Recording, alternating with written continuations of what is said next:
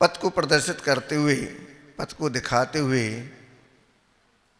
तीर्थंकर भगवान से गणधर परमेष्टि और गणधर परमेष्टि से अराती आचार्य, पूर्वाचार्य, वर्तमान आचार्य, ज्येष्ठ मुनिराजों के माध्यम से हम इस पथ पर चलने का पुरुषार्थ प्रयास कर रहे हैं।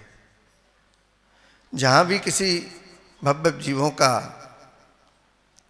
पुण्य का उदय हुआ करता है तो वहाँ पर इन मुनिराजों के चरण पहुँच जाते हैं और उनको भी कल्याण के मार्ग का उपदेश, पथ उनको भी मिल जाता है। पूर्व वक्ता ने जैसा कहा, कल गए थे, वहाँ पर भी किसी कर्म के उदय से हम जैसे ही हमारे भाई बंधु वहाँ पर थे, उनको भी इस दिगंबर निर्गंथ मुद्रा का दर्शन हुआ। उनको भी अपनी जो नहीं करना था उस पाप का भान हुआ। उन्होंने भी कुछ संकल्प विकल्प अपने मन से हटाते हुए मुनिराज का आशीर्वाद प्राप्त किया और इन सारे देशना को प्राप्त करने के बाद अपने कार्य के प्रति उन्हें पश्चाताप भी हुआ। ये सारी कृपाएं कोई एक व्यक्ति के या किसी एक के करने से नहीं हुआ करती। इन सब के पीछे किसी न किसी महापुरुष का हाथ हुआ करता है, जिनकी अदृश्य शक्तियाँ हम सबको वो बल प्रदान करती हैं, जिनके माध्यम से सारे कार्य सहज रूप से और आनंद संपन्न हो जाया करते हैं।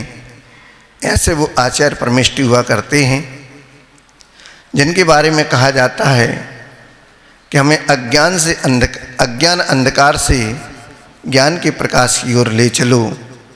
वो गुरु कहलाते हैं, जो स्वयं उस दीपक की भांति हुआ करते हैं, जो स्वयं जलता है और दूसरों को प्रकाश प्रदान किया करता है। ऐसे वे गुरु महाराज हुआ करते हैं।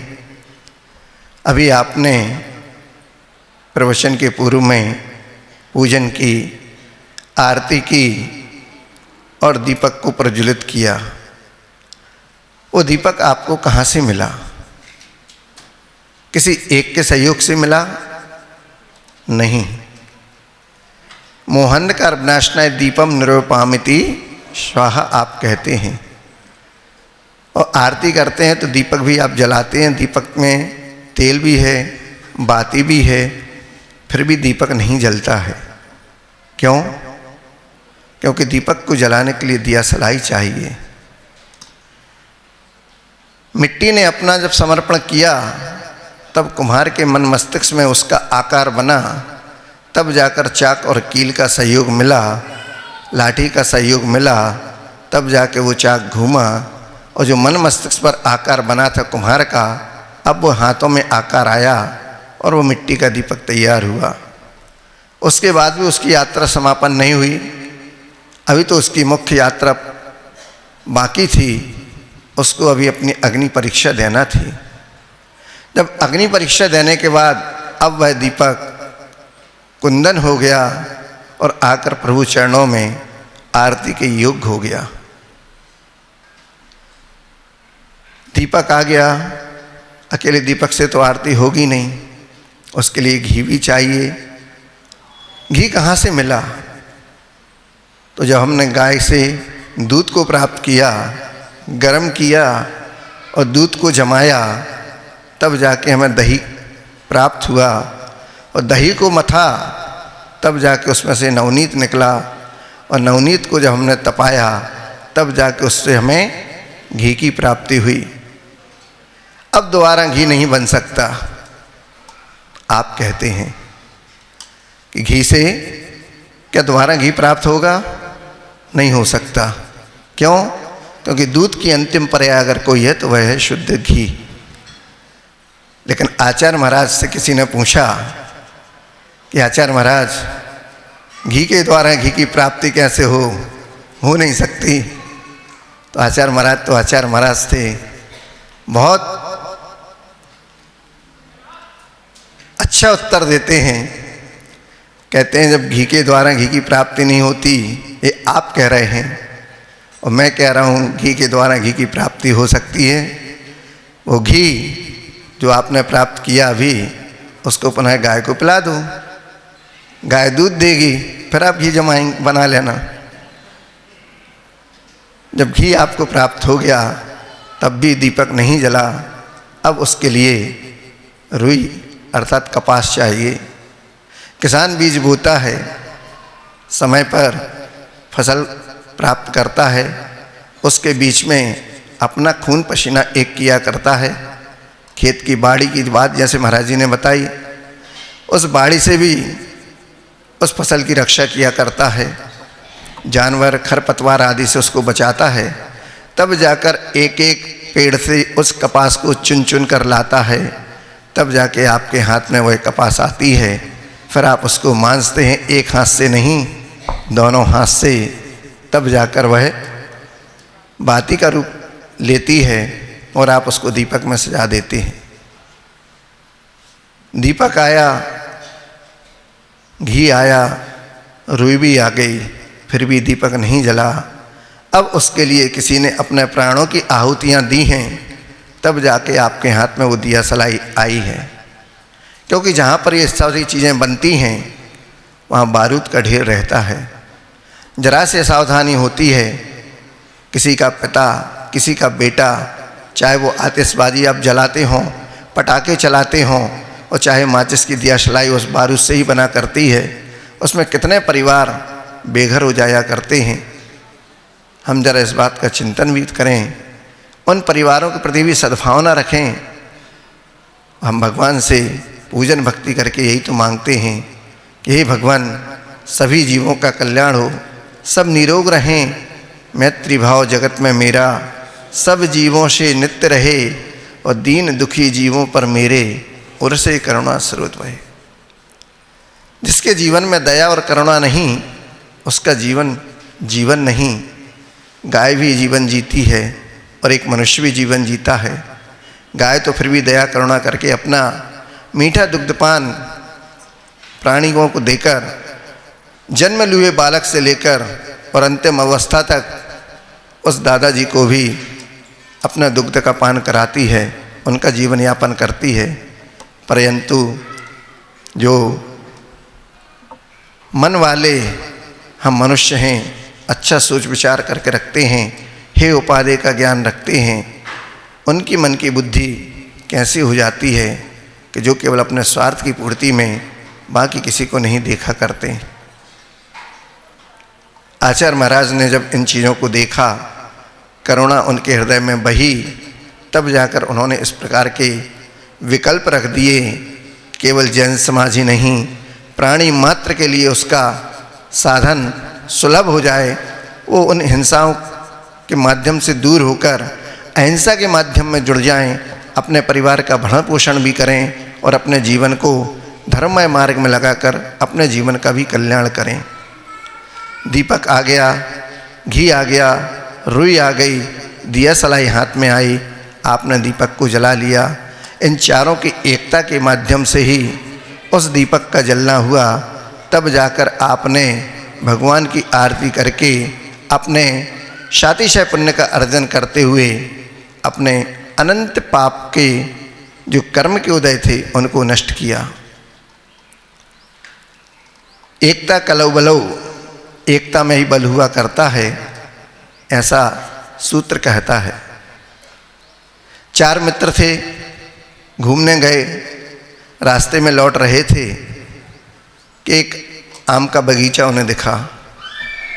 आम के बगीचे में आसपास देखा तो कोई नहीं दिखा, रसीले आम थे, मुंह में पानी आ गया और जाके सीधे बगीचे में प्रवेश कर गए। आम को तोड़ा और वहीं खाने लगे। इतने में बगीचे का मालिक आ गया। मालिक ने देखा कि चार व्यक्ति हैं, नगर के प्रतिष्ठित हैं, इनसे कैसे शिक्षा भी देना है और इनके लिए कुछ सीख भी देना है। उसने कहा, जब सामने पहुंचा तो चारों उसको देख के डर गए। हाथ में लाठी है, अभी हमको मारेगा। चारों एक साथ खड़े हो गए। चारों सोच रहे हैं कि इसके हाथ में लाठी और ये हमें मारेगा, और माली सोच रहा है कि चारों नगर के प्रतिष्ठित व्यक्ति हैं, अगर मैं इनको कुछ कहता हूँ तो बाहर मेरी पिटाई होगी, अब सीख देना भी है। तो उसने कहा, हे ब्राह्मण देवता, मैं धन्य हो गया, आप मेरे बगीचे में पधारे। तो पहला व्यक्ति खुश हो गया, चलो मैं बच गया, मुझसे कुछ नहीं कह रहा, आशीर्वाद मांग रहा, चरण स्पर्श कर रहा है। दूसरी तरफ पहुंचा, हे राजन, क्यों? क्योंकि वो एक क्षत्रिय का बेटा था और क्षत्रिय उस राजा का बेटा है, ऐसा उसने मान लिया कि आगे चल के ये राजकुमार है, राजा बनेगा। इसलिए उससे कहा, आप भी मेरे खेत में पधारे, बगीचे में आए, मेरा अहोभाग, आप स्थान ग्रहण करिए।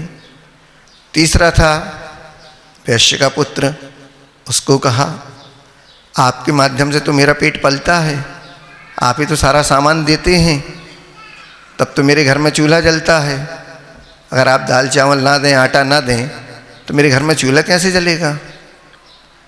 और अंतिम जो व्यक्ति था उसके ऊपर वह डंडा बरसाता है, आपकी हिम्मत कैसे हुई मेरे बगीचे में घुसने की और मुझसे बगैर पूछे आम तोड़ कर खाए? हमको तो ऐसा कोई काम नहीं करते हैं, हम जब आपकी दुकान पे जाते हैं तो आप हमारे बाल भी ले लेते हो और पैसा भी ले लेते हो। चौथा था नाई का लड़का, अब मित्र तो चारों थे, तो शुरुआत उसने नीचे से की। जब वो पिट गए ये तीनों चुपचाप देखते रहे कि बोलना नहीं, अगर कोई बोलने गया तो अपन पे ही पड़ गए डंडे, तो उसको छोड़ा। फिर बाद में पुनः वापस इन तीन के पास आए, बोले ब्राह्मण देवता धन्य आप तो हो, दुनिया को सिखाते हैं, पढ़ाते हैं, तभी तो द्विज कहलाते हैं, और आप राजन हैं, नगर के प्रजापालक होने वाले हैं, आपकी हिम्मत कैसे हुई हमारे खेत में घुसने की?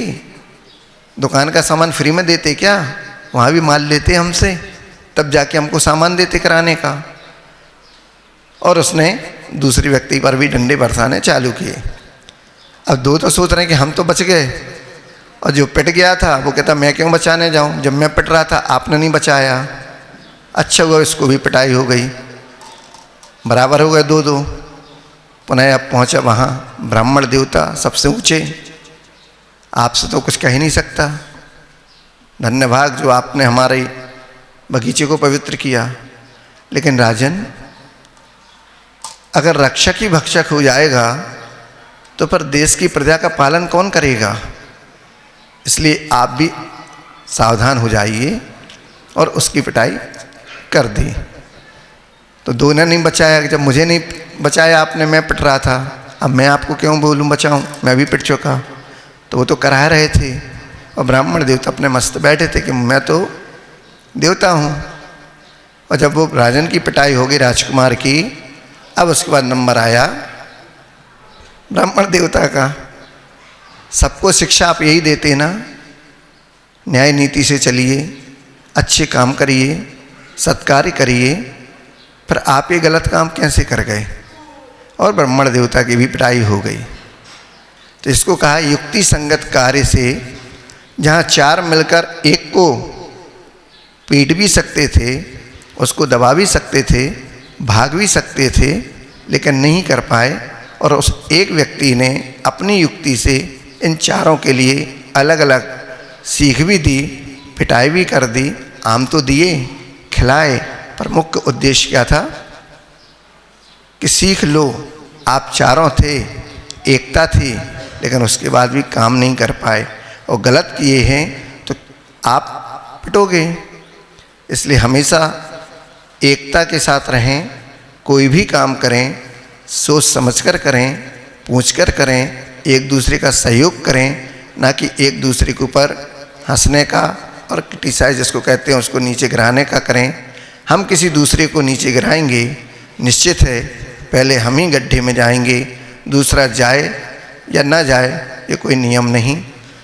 एकता के साथ रहें, सामाजिक सौहार्द बना के रखें, प्रेम वात्सल्य के साथ रहें, तभी समाज में हमारी प्रतिष्ठा, मान, सम्मान बढ़ेगा, दूसरों को भी शिक्षा मिलेगी और हमारा भी बहुमान उसमें बढ़ता रहेगा। इन सब मंगल भाव के साथ आचार्य भगवंत गुरुदेव विद्यासागर महामुनि राज की